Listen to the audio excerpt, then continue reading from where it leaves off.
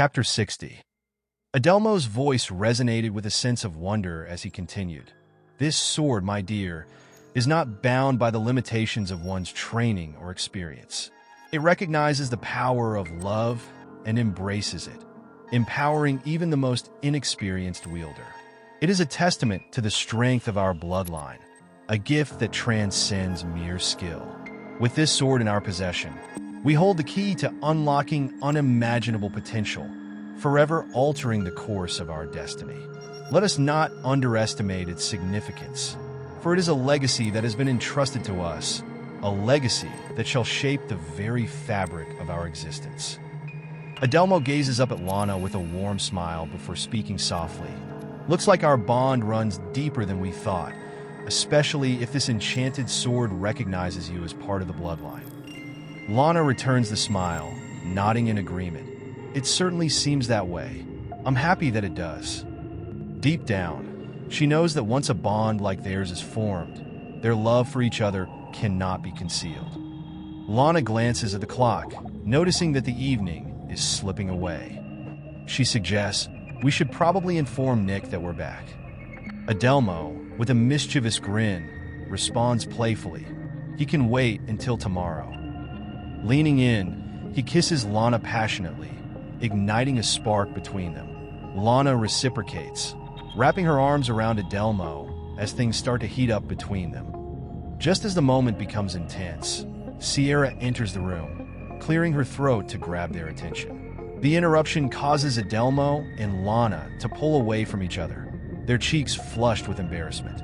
Sierra's unexpected entrance breaks the romantic atmosphere, reminding them of the outside world.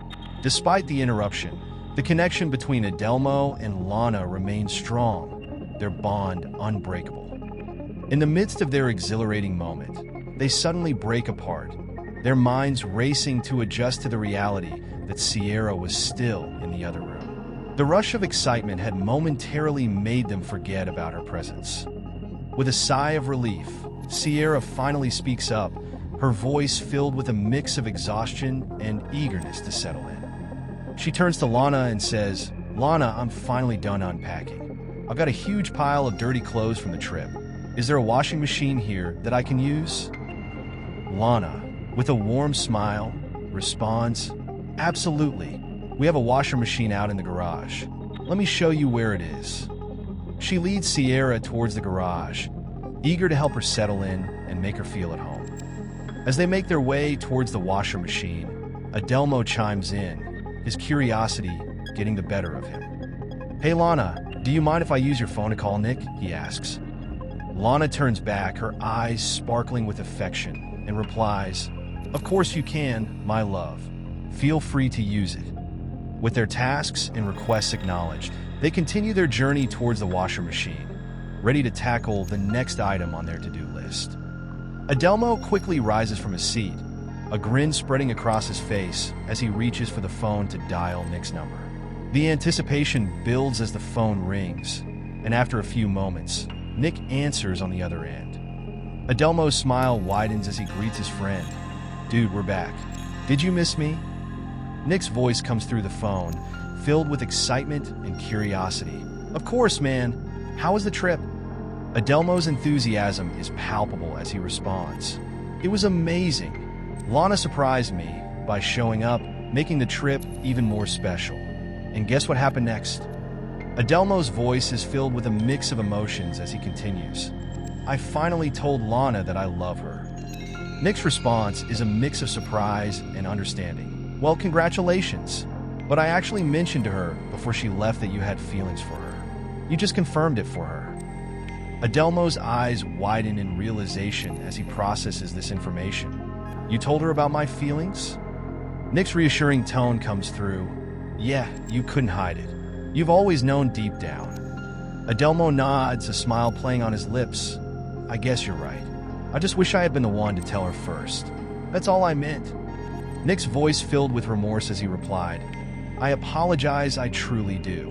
She was incredibly anxious about going on that trip, afraid of upsetting you. I felt compelled to reassure her that you wouldn't be angry if she showed up."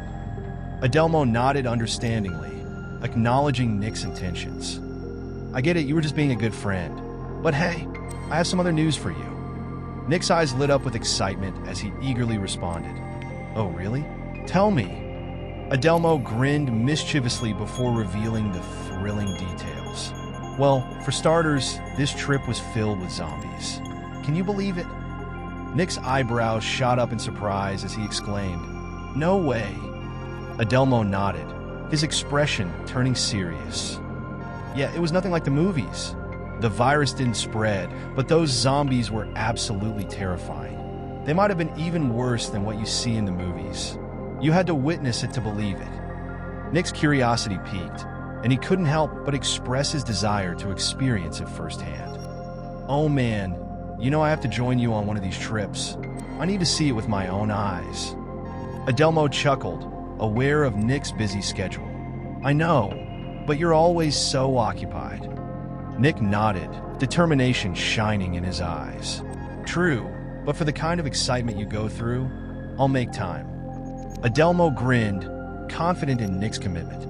I'm sure you will. They continued their conversation, delving into the thrilling details of the trip and relishing in their shared enthusiasm.